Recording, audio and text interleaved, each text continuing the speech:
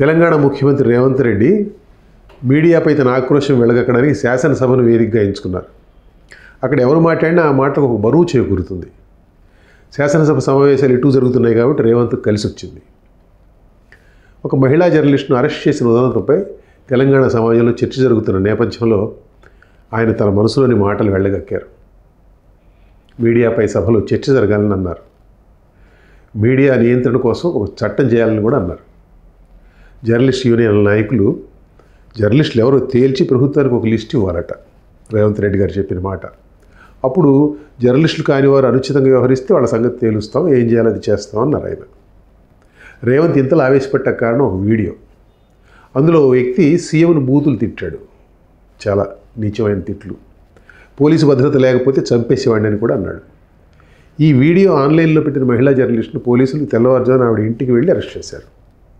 మాకు కూడా చీవు నెత్తులు ఉన్నాయి అధ్యక్ష అన్నారు రేవంత్ శాసనసభలో. ఈ ఉదంతంలో ఆయన నియంత్రణలోని పోలీసు యంత్రాంగం ఎలా వ్యవహరించిందన్న సంగతి కాసేపు పక్కన పెడితే, మీడియా నియంత్రణకు చట్టం చేస్తామన్న ముఖ్యమంత్రి మాట చిన్న మాట కాదు. దాన్ని మనం పరిశీలించాలి ఒకసారి. జర్నలిస్టులు కాని వారి మధ్య ఒక విభజన రేఖ గీస్తామన్న మాట దగ్గర నుంచి మొదలు పెడదాం. ఇండియా ప్రజాస్వామ్య దేశం, డెమోక్రసీ. అమెరికా రాజ్యాంగంలో కల్పించినట్టు మన రాజ్యాంగంలో మీడియా స్వేచ్ఛకు చోటు కల్పించలేదు. పౌరులకు భావ వ్యక్తీకరణ స్వేచ్ఛను ప్రాథమిక హక్కు కింద కల్పించారు. ఆ హక్కులో నుంచే మీడియా స్వేచ్ఛకు హామీ లభిస్తుందని సుప్రీంకోర్టు ఒక కేసులో తీర్పు చెప్పింది. ఆ రూలింగ్ ప్రకారం మీడియా స్వేచ్ఛ కూడా రాజ్యాంగబద్ధమైన హక్కు కిందే లెక్క.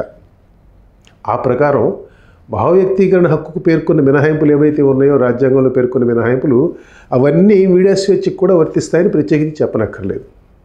జాతీయ భద్రత, పబ్లిక్ ఆర్డర్ అంటే శాంతి భద్రతల పరిరక్షణ, పరువుకు నష్టం కలిగించడం, హింసను ప్రేరేపించడం, అశ్లీలత ఆ మినహాయింపులు అన్నమాట.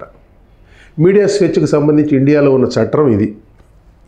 ఈ చట్టం దీని ప్రకారం పైన చెప్పిన మినహాయింపుల పరిధిలోకి వచ్చే నేరాలకు పౌరులు పాల్పడినా, జర్నలిస్టులు లేక మీడియా పాల్పడినా కేసులు పెట్టచ్చు శుభ్రంగా. ఇప్పుడు ఆ మహిళా జర్నలిస్ట్పై కేసు పెట్టి అరెస్ట్ చేశారు కదా, అలా. దీనికి అదనంగా ఏం చేయాలని మీ ఉద్దేశం రేవంత్ రెడ్డి గారు? అదనంగా ఏం చేయడం కోసం మీరు కొత్త చట్టం కోరుకుంటున్నారు? మీడియా గీటు దాటితే ఇప్పుడున్న చట్టాల ప్రకారం ప్రాసిక్యూట్ చేసేందుకు వీలుంది. ఇంకా ఏం చేద్దామన్నా రాజ్యాంగం అడ్డుపడుతుందే మరి. ఆలోచించారు ఆ విషయం? ఏ ఆలోచన లేకుండా మీరు శాసనసభలో ప్రతిపాదన తెచ్చి ఉండరేమోనని నా అనుమానం. అందుకే అడుగుతున్నాను. జర్నలిస్టులు కాని వారు తప్పుడు పనులు చేస్తే వారి సంగతి తేల్చేందుకు జర్నలిస్టులు ఎవరో తెలియజెప్పి ఒక జాబితా కావాలన్నారు మీరు రేవంత్ రెడ్డి గారు. ఇక్కడ రేవంత్ రెడ్డి గారికి తెలియాల్సింది ఏమిటంటే, మన రాజ్యాంగం ప్రకారం పౌరులకు జర్నలిస్టులకు విడివిడిగా లేవు హక్కులు. పౌరులకు కూడా ప్రాథమిక హక్కులు ఉన్నాయి. వాటితో పాటు కొన్ని చట్టబద్ధమైన హక్కులు కూడా ఉన్నాయి. వాటిని ఎవరైనా సరే గౌరవించాల్సిందే, ప్రభుత్వాలైనా సరే గౌరవించాల్సిందే. మహిళల్ని తెల్లవారుజామునే తలుపులు కొట్టి పోలీస్ స్టేషన్కి తీసుకువెళ్ళడం అలా గౌరవించడానికి ఎందుకు రాదు? ఎవరు నేరాలు చేసినా, అది మీడియా అయినా కానివ్వండి, మీడియాలో పనిచేసే జర్నలిస్టులు అయినా కానివ్వండి, వారిని శిక్షించడానికి చట్టాలు ఉన్నాయి. అన్నిటికీ చట్టాలు ఉన్నాయి. అరే, చట్టం లేకపోవడం వల్ల వాడు తప్పించుకుపోయాడే అని అనుకుంటానికి లేదు. అన్నిటికీ చట్టాలు ఉన్నాయి.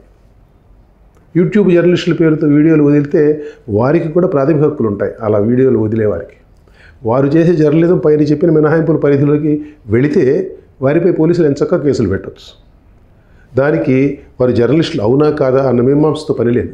ఎందుకంటే జర్నలిస్టులు అయినా కానీ వారికి ప్రత్యేకమైన హక్కులు లేవు కదా. రేవంత్ రెడ్డిని దూషిస్తూ వచ్చిన వీడియో లాంటి వీడియో ఎవరు చేసినా, అది జర్నలిస్టులు కానివ్వండి, జర్నలిజంతో సంబంధం లేని సాధారణ పౌరులు కానివ్వండి, ఎవరు చేసినా అది శిక్షార్హమైన నేరమే.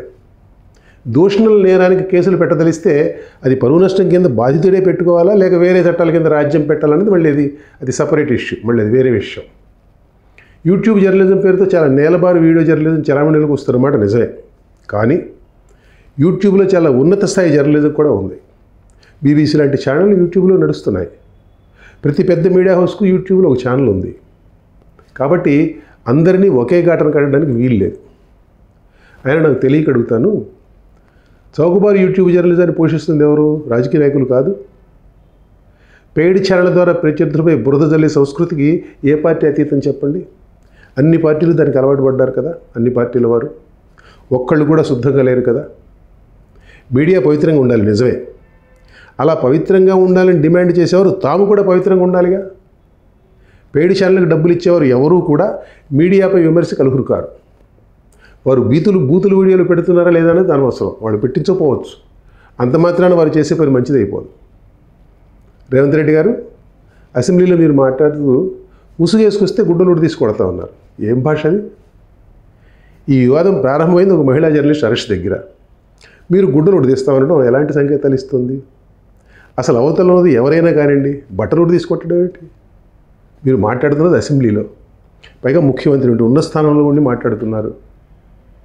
మీడియాలో దూషణల గురించి అసెంబ్లీలో ఆక్రోశం వ్యక్తం చేసే సందర్భంలోనే అంత నేలబారుగా మాట్లాడితే అసలు ఆక్రోశానికి ఏం విలువ ఉంటుంది?